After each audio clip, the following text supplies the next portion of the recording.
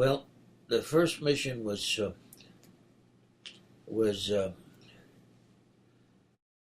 supposedly a takeoff around 4 o'clock or so. Staggered, and our plane was out of action. It was being worked on and worked on and worked on, and we were at least an hour behind the rest of the group, maybe a little more, to the point where we didn't think, that we'd be taking off. But we got the orders, it got repaired, whatever the problem was, and away we go. The mission was to Tokyo, with an initial point at Choshi Point, which is east of Tokyo. IP is an initial point. Every bomb run that I was ever on, you go to an initial point, and you turn and head for the target. That was a scheme of things. My position becomes more important as we get to the initial point and thence to the target. On a night mission, we're relying on the radar for controls. I'm in contact with the pilot to make the turn, and similarly the bombardier is picking up. He's working his bomb sight with instructions that I'm giving him based on range and so on. That's the routine. We come to my set is operating well. My radar set. My picture is good. No equivocation. And I become embroiled in an argument with the first navigator as to when to make the turn. I know I'm right. He has a duplicate scope to the one I'm looking at. And he's saying, no, we're not ready yet. We're not there yet. And I'm arguing that we are. And this takes a few minutes. And, the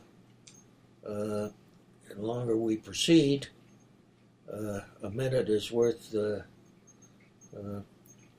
3 miles, certainly. And to make a long story short, the turn is made probably in 7 or 8 minutes. So we're 25 miles further along. We made the turn. And almost immediately, we were in the searchlights. So I believe that we were over land by that time. Ground lights, they lit us up. When they light you up, you can read a magazine in there. In retrospect, every one of those people down there underneath us had probably been deprived of a shot. And they were gung-ho. So the first reaction of the pilot is to take evasive action. You're going toward the target, but you're you're following that sort of a corkscrew pattern. And that drives the radar man nuts. Now, I have control over the radar antenna. There's a dome on the bottom of the plane, and there's an antenna. And so everything is fine when you're flying straight and level. You can make, but when he's doing this, you have to try to get in some sort of sequence to keep having a picture. Well, that was disconcerting. That didn't last too long because we got hit. It sounded like somebody was out on the end of the wing with a machine gun. And, and that was it. So there was a lot of penetration of the fuselage,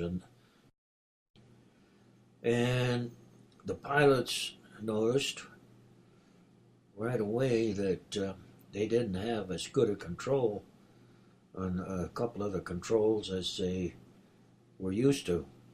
I was able to. I had a puncture up here. Right gunner was badly hurt in the leg, and he's on the interphone screaming. Now he's from here to that set away from me, and the pilot, who is the commander, says, "Mickey, take care of John." All of us had on our parachute, we had a morphine syringe. Good, strapped in there. There's no big chore to locate one. But I used his up, messed it up, and I didn't get any penetration. But mine, I got him. And it pretty much took care of him. And I was setting my sights on giving him blood, but strangely enough, I didn't have to. He had a very deep wound, but it didn't bleed. And the plane was lined with a sort of a insulating material, a blanket of sorts,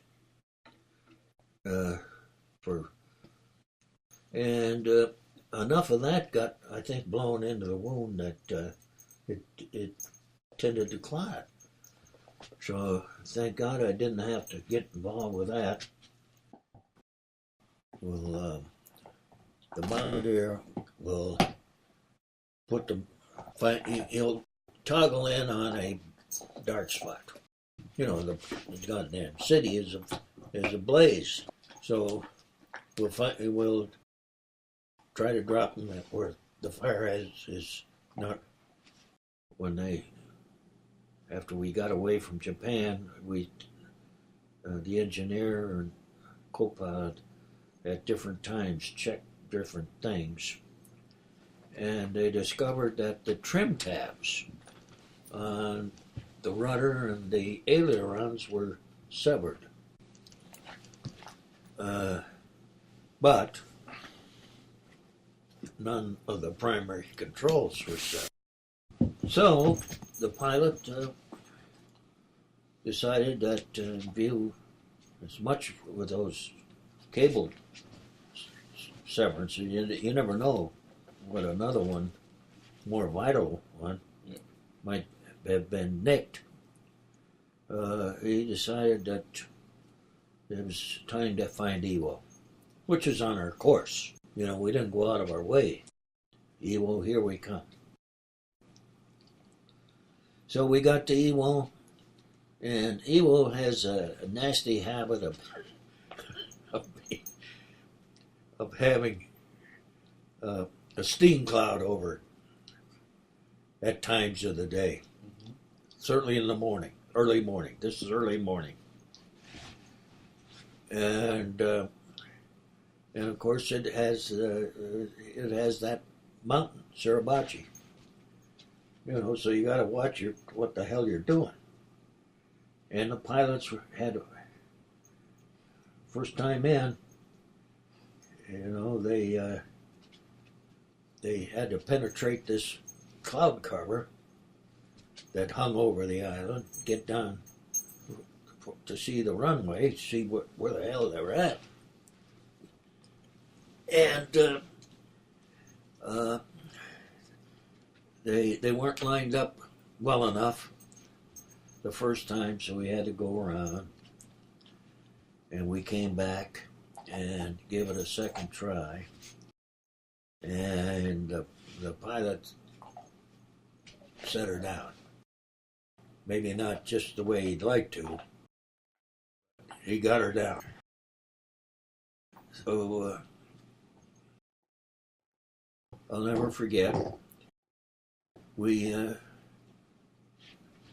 when you got an airfield and you're dealing with bombers and stuff, you're always met by a Jeep. Follow me, with a sign on the back. And they lead you to where they want you to park. You know, they want you to get off the goddamn runway and park somewhere. So we did that. And at just about that time, got to keep in mind now, Evo had a group of fighter planes that they're trying to get organized. An Army P-51 bunch. And their colonel came roaring up in a Jeep madder than hell because we had taken out a bunch of runway lights that he had on the landing because we weren't just quite bright on the airstrip. He wanted those, and my pilot practically ignored him. To his credit. You know, they're both trying to do a job, and it's just one of those things. So we couldn't. Another thing is they didn't have ladders to get out of the plane, and we had the injured gunner, John Mold. And there's always somebody that can figure out a way. And they did that. We had a big ambulance. They figured out that they backed that damn ambulance back to the door hatch, which was behind my position. That's where he was. They fished him out that door on top of the ambulance and tied him down there somehow. And that's the last time I saw him being carried to the first aid.